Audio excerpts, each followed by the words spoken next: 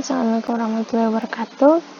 Di sini saya akan membuat video pembelajaran tentang subring. Tujuan dari pembelajaran ini yaitu memahami pengertian subring, mengidentifikasi suatu himpunan bagian dari ring merupakan subring atau bukan. Definisi 61.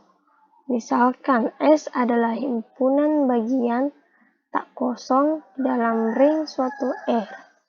Dengan operasi penjumlahan dan perkalian, himpunan S disebut subring dari R jika S juga merupakan ring terhadap operasi penjumlahan dan perkalian yang sama pada ring. Menurut definisi di atas, kita hanya perlu membuktikan bahwa S adalah ring operasi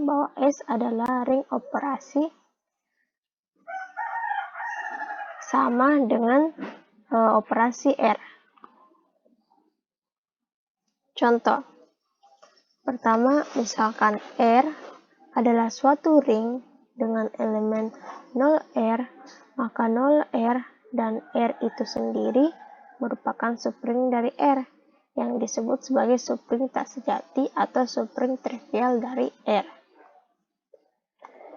Yang kedua, misalkan R adalah suatu ring bilangan real dengan operasi penjumlahan dan perkalian, himpunan semua bilangan rasional Q merupakan subring dari R. Himpunan semua bilangan bulat Z merupakan subring dari R. Dalam hal ini, Z merupakan subring dari Q. Jadi, bisa ditulis bahwa Q himpunan bagian dari R dan Q subring dari R. Z himpunan bagian dari R atau Z subring dari R.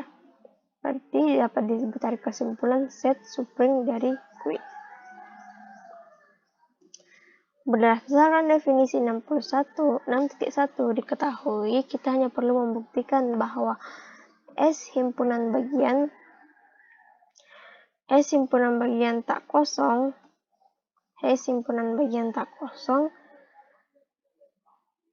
ring dengan operasi penjumlahan dari perkalian R. Pembuktian ringnya berdasarkan tiga syarat ring. Berdasarkan tiga syarat ring atau definisi ring, yaitu yang pertama, terhadap operasi penjumlahan merupakan grup komutatif atau grup abelian. Yang kedua, terhadap operasi perkalian bersifat tertutup di S dan asosiatif atau semi grup. Dan yang ketiga, bersifat distributif kiri dan kanan perkalian terhadap penjumlahannya. Kemudian, tapi jika kita perhatikan sifat asosiatif, komutatif, dan distributif dari suatu himpunan bagian dari bilangan akan tetap terbawa ke dalam subring, sehingga dari 10 aksioma ring cukup kita buktikan 3, itu tertutup terhadap operasi penjumlahannya, tertutup terhadap inversnya, tertutup terhadap operasi perkaliannya. Teorema 6.1. Diberikan himpunan bagian tak kosong S dari ring R dengan operasi penjumlahan dan perkalian.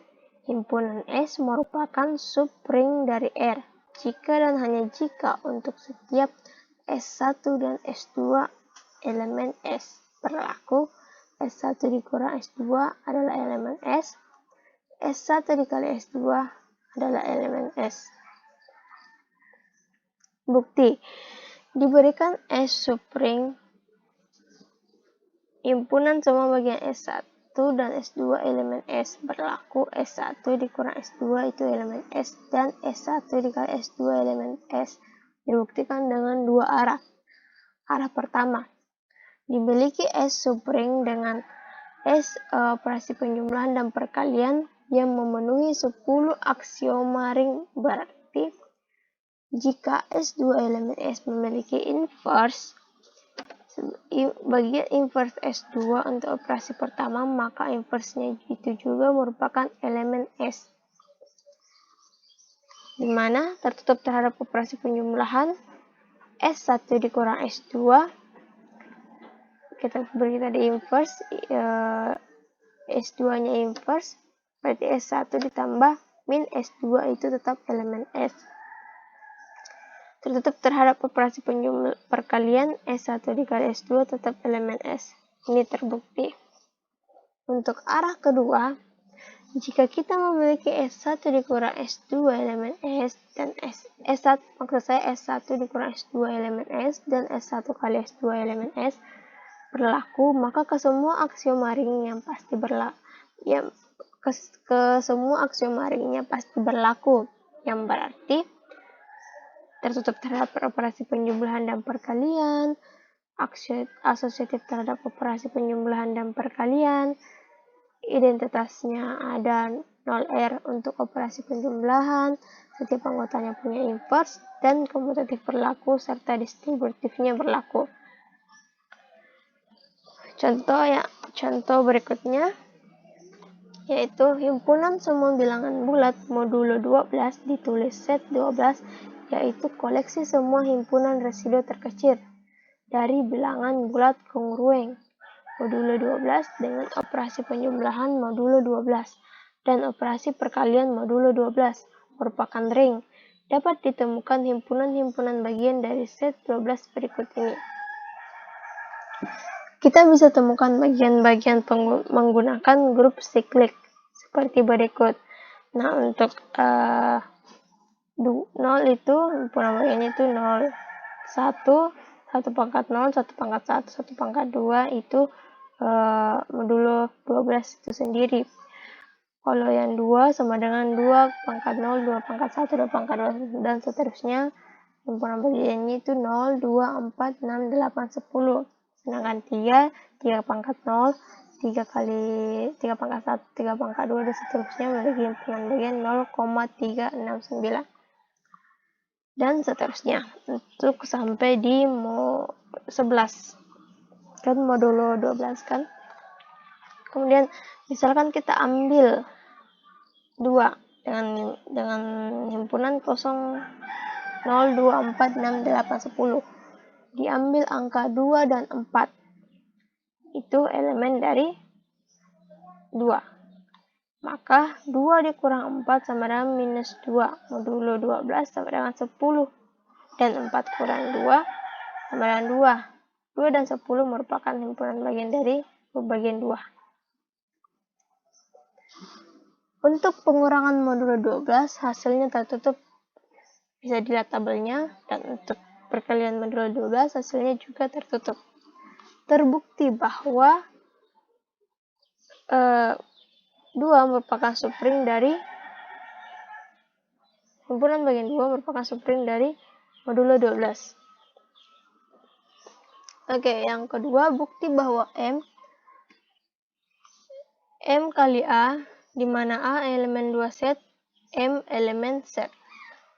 Penyelesaiannya akan ditunjukkan bahwa M sama dengan M kali A, di mana A sama dengan 2K, M dan K-nya itu elemen set. Memenuhi syarat-syarat dari suatu ring, M tidak sama dengan himpunan kosong. Syarat terpenuhi karena bagian E sama dengan 0 sama dengan M kali 0 sama dengan M dikali 2 kali 0 merupakan bagian dari M. M himpunan 2 set karena semua set elemen M, maka set sama dengan M kali 2K sama dengan 2 kali MK elemen 2 set. A kurang B elemen M. Syarat ketiganya itu A kurang B elemen M. Misalkan A kurang B elemen M dengan A sama dengan MX dan B sama dengan MY dan XY elemen 2 set. Sehingga 2 sama dengan 2K1 dan Y sama dengan 2K2. Maka MK1 di mana MK1 dan K2 itu elemen set. Maka A dikurang B sama dengan MX dikurang MY sama dengan M kali X kurang Y sama dengan M kali 2K1 kurang 2K2. Hasilnya M kali 2 K1 dikurang K2. Karena M, K1 dan K2 elemen set, maka K1 dikurang K2 itu juga elemen set. Sehingga 2 kali K1 kali K2 adalah elemen dari 2 set. Sedemikian hingga M dikali 2 K1 dikurang K2 itu elemen M. Jadi A kurang B, terbukti bahwa A kurang B elemen M. Kemudian untuk yang keempat, A kurang B elemen M. Misalkan A kurang B elemen M dengan A sama dengan M, X, B sama dengan MY, XY sama dengan E2 set, sehingga X sama dengan 2K1 dan Y sama dengan 2K2, di mana M, di sini A kali B. A kali B elemen M, elemen set, maka A kali B sama dengan MX dikali MY, M kali 2K1 sama dikali dengan M kali 2K2. Kita keluarkan M dan 2-nya. M kali 2, dalam kurung 2M kali K1 kali K2. Karena M K1 dan K2 itu elemen set, maka 2M kali K1 K2 itu adalah elemen set. Sehingga 2 kali 2M kali K1 kali K2 itu elemen 2 set. Sedemikian hingga M kali 2 kali 2M kali K1 kali K2.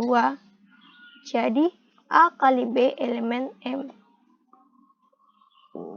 Karena semua syarat telah terpenuhi, maka M adalah subring dari 2 set. Yang ketiga, buktikan bahwa Q akar 3 sama dengan A ditambah B akar 3, di mana A, B adalah elemen set. Elemen Q adalah subring dari R. Kita buktikan bahwa apakah ini Q akar 3 adalah subring dari R. Akan ditunjukkan bahwa Q akar 3 sama dengan A tambah B akar 3, di mana A dan B-nya itu elemen Q, memenuhi syarat-syarat dari suatu ring. Yaitu Q akar 3 bukan himpunan kosong. Syarat terpenuhi karena Q akar 3 sama dengan 0 ditambah 0 akar 3, di mana A dan B-nya elemen set. Kemudian Q akar 3 itu himpunan bagian dari R, karena semua bagian X elemen Q akar 3, maka X sama dengan A tambah B akar 3 elemen R. Kemudian A kurang B elemen Q akar 3. Misalkan A tambah B akar 3, C ditambah D akar 3 elemen Q akar 3, maka A tambah B akar 3 dikurang C tambah D akar 3 sama dengan A kurang C ditambah B kurang D dikali akar 3. Itu elemen Q akar 3. Dan berikutnya A kali B elemen Q akar 3. Misalkan A tambah B akar 3, C ditambah D akar 3, elemen Q akar 3, pembuktiannya juga seperti A tambah B akar 3 dikali C tambah D akar 3, kita keluarkan menjadi A C tambah 3 BD ditambah A D ditambah BC akar 3, elemen Q akar 3. Karena semua syarat telah terpenuhi, maka Q akar 3 adalah subring dari R. Oke, sekian dari penjelasan saya. Wabillahi taufiq wal hidayah. Wassalamualaikum warahmatullahi wabarakatuh.